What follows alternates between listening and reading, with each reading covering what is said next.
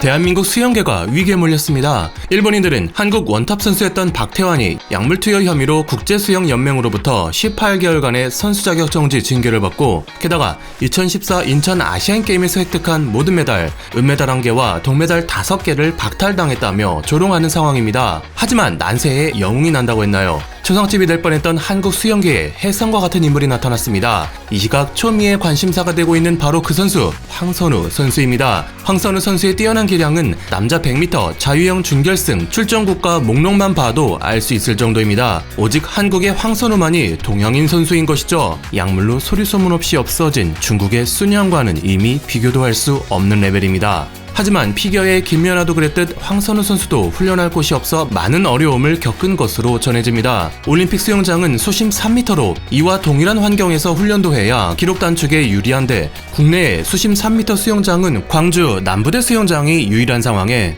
그마저도 일반 회원들이 이용 중이라 대관이 어렵고, 또 길이도 선수용 50m가 아닌 25m라 한계가 있었습니다. 축구로 치면 돔구장은커녕 잔디구장 하나조차 없는 상황인 것이죠. 이런 상황은 비단 황선우 선수뿐만 아니라 우리나라 모든 수영 선수에게 해당하는 페널티입니다.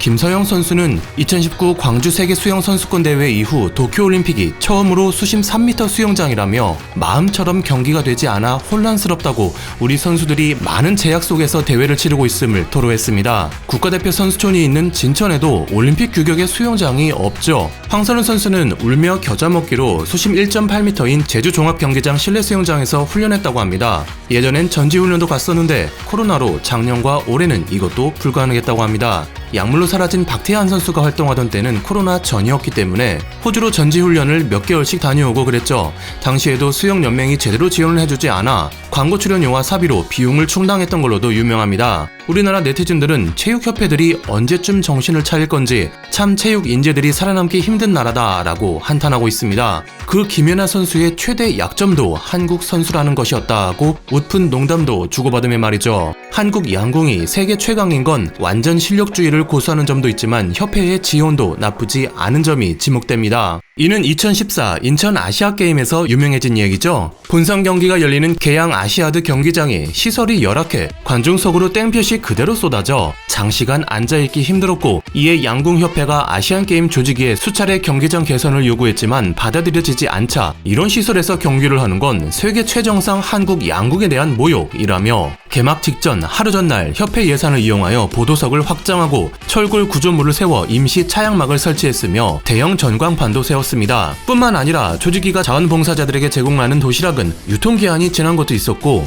260명분이 배달되지 않아 굶기는 일까지 있어, 이에 양궁협회가 자원봉사자와 운영 인력의 사기가 떨어지면 대회가 원활히 진행되지 않는다며 자원봉사자들로 하여금 조직위로부터 식대 7,000원을 받도록 하고 그걸로 12,000원짜리 도시락을 별도로 제공했을 정도였죠. 양궁협회만큼 전폭적 지원을 기대할 수 없었던 황선우 선수는 도쿄에 가자마자 바로 수심 3m 올림픽 경기장 수영장에서 실전 훈련에 들어간 걸로 알려졌습니다. 이런 배경이 있기에 100m 자유형 준결승에서의 47.56초 아시아 신기록은 실로 놀라운 기록이라 할 수 있습니다. 황선우 선수는 원래 100m 47.97초 한국 신기록을 보유하고 있었는데 그 악조건 속에서도 28일 경기에서 중국 닝쩌타오가 가지고 있던 아시아 신기록을 밀어낸 거라 더욱 빛나는 것이죠. 2012년 런던 올림픽 박태환 이후 9년 만에 한국 선수 황선우 선수가 200m 결승에 올랐을 때 MBC 해설위원으로 참석한 미국의 전설적인 수영 선수 마이클 펠프스는 황선우 같은 젊고 재능 있는 선수들이 자신의 경기에 집중하면 어떤 일이든 해낼 수 있다고 격려의 메시지를 건넸습니다.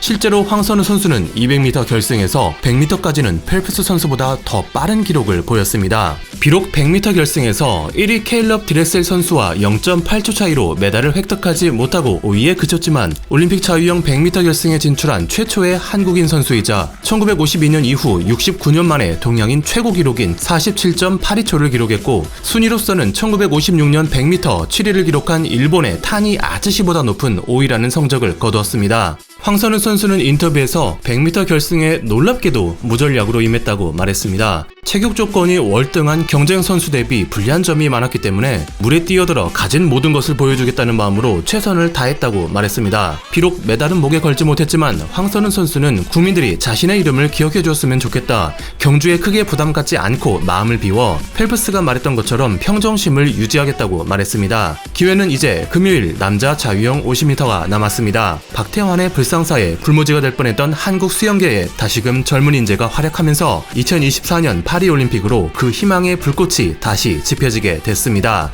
감사합니다. 와트맨이었습니다.